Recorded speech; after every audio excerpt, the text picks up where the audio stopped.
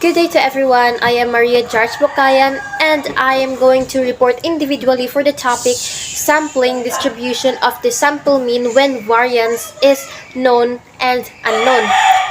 For our objectives, we're going to analyze what data is given in a particular situation, and we're also going to identify what standard error formula are we going to use based on the given conditions.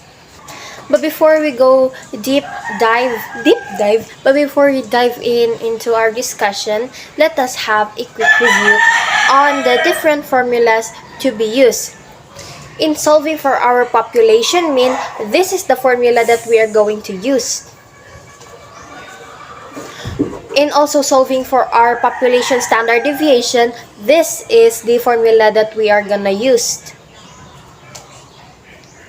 For the mean of the sampling distribution of the sample means, this is the formula that we are gonna use. And also for the variance of the sampling distribution of the sample means, this is the formula that we are going to use.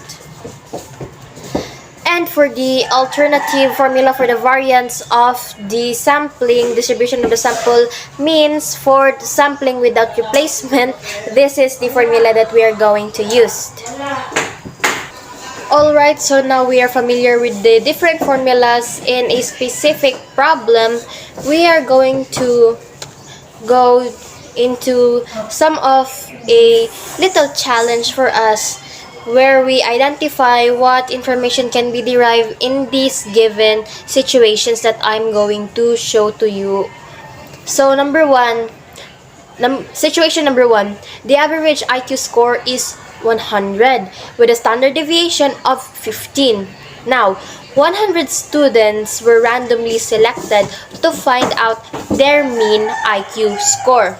So, what are the given information that can be derived in this situation? So, reading carefully, the average IQ is 100. Now, the synonym for average, or in math terms, average means the mean or the mu. So, our mu or mean is 100. And reading again, the average IQ score is 100 with a standard deviation of 15. So, our standard deviation is 15. Now, 100 students were randomly selected to find out their mean IQ score. So we're not going to left out 100 students, and the 100 students are our sample space. So the symbol for our sample size. Sample size. So the number of our sample size is 100, which is the symbol we are going to give the small letter n. For our second situation, a population consists of 6, 8, 4, 5, and 10. A sample of 3 are drawn and found out that the variance is 6. So 6, 8, 4, 5, and 10 are the data of population, which are then valued of x sub 1 is 6, x sub 2 is 8, x sub 3 is 4, x sub 4 is 5, and x sub 5 is 10. A sample of 3 is our sample size, which is n is equal to 3. Then, coming here, the variance is 6, and this variance is pertaining to the sample, which gives us sample variance equals to 6. The sample variance symbol is s squared. For our third situation, the mean weight of grade 2 students in Bright School is 30 kilos. The mean weight of 50 students is 30 kilos with standard deviation of 1.6 kilos. Now, our sample are the grade 2 students in Bright School. The mean weight of these students is 30 kilos, which gives us the mean of 30. The sample size is 50 students, so n is equals to 50. The mean weight of 50 students is 30 kilos, And this 30 kilos is referring to the sample, which then gives us the sample mean of 30.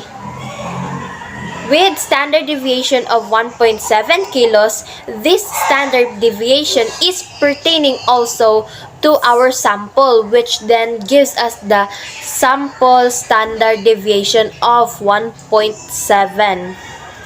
Now that you already know how to identify the given in a given condition, it is important to remember the following. So if you are given a population, then you can compute for the population mean.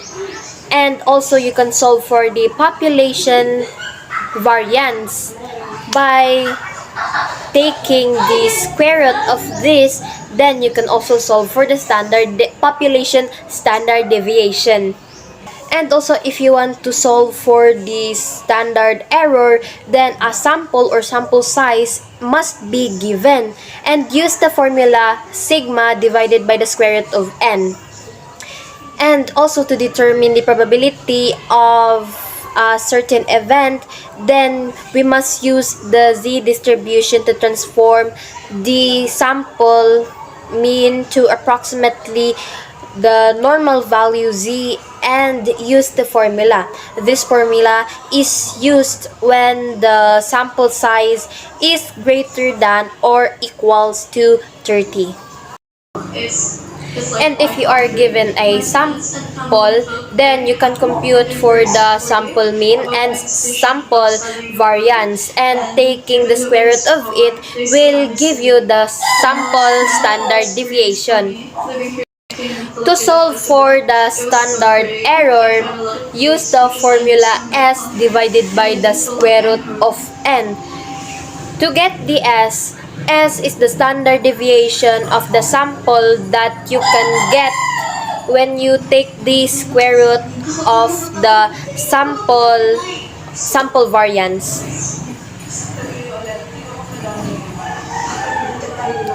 And also to estimate the population parameters, the population mean and mu must be also given. And we can use the t distribution formula.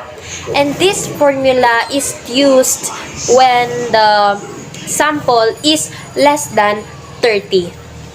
Okay, so I have an extra challenge for everyone. Draw a happy face if the population variance is known or can be solved, and sad face if not.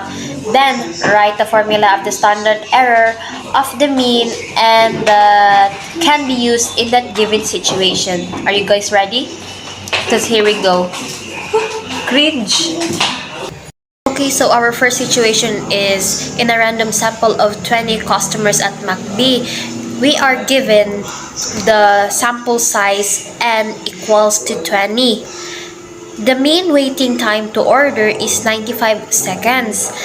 And this is based also to the sample. So this is a sample mean. And the standard deviation is 21 seconds. And the standard deviation is pertaining also to the sample. So this is sample standard deviation.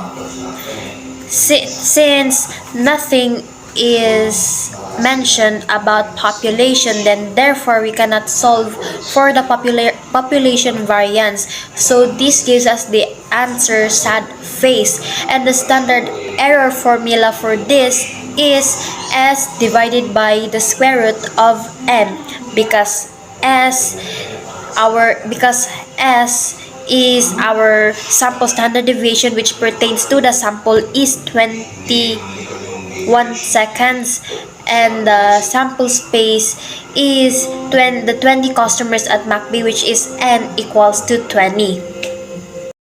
So for our second situation, the values of the population are 3, 4, 6, 7, and 10. Two samples are drawn without replacement. So in this situation, we have the population data present. So therefore, we can solve for our population variance, which gives us the answer happy face in this situation. And the standard error formula to be used in this situation is sigma divided by the square root of n. Our third situation, which is kind of easy, our sample space, which is 25, is given. The distribution is normal, and the sample standard deviation is also given, which is 4.12, which we can also square this sample standard deviation to solve for the population variance, which gives us the answer smiling face in this situation, because once you have the data, or once the sample standard deviation is given and also the sample size, then therefore you can solve easily for the population variance. And the standard error formula for this situation is sigma divided by the square root of n, or the square root of sample size. Okay, so now we are done tackling my discussion, and now comes for our summary. If elements of population and sample or sample size is given, then we can solve for the parameter, which is our standard error formula of the mean is sigma divided by the square root of n, and n is the sample size of that given situation or given data. As for the elements of sample are given in a specific situation, then we can solve for the sample statistics, which is our standard error formula of the mean is s divided by the square root of n. And that's all. Thank you for listening to my discussion on sa ganito kung kuan. Kalimot ko sa topic na ko. Never talaga magkakalimot. So thank you for listening to my discussion about sampling distribution of the sample mean when the variance is known and unknown.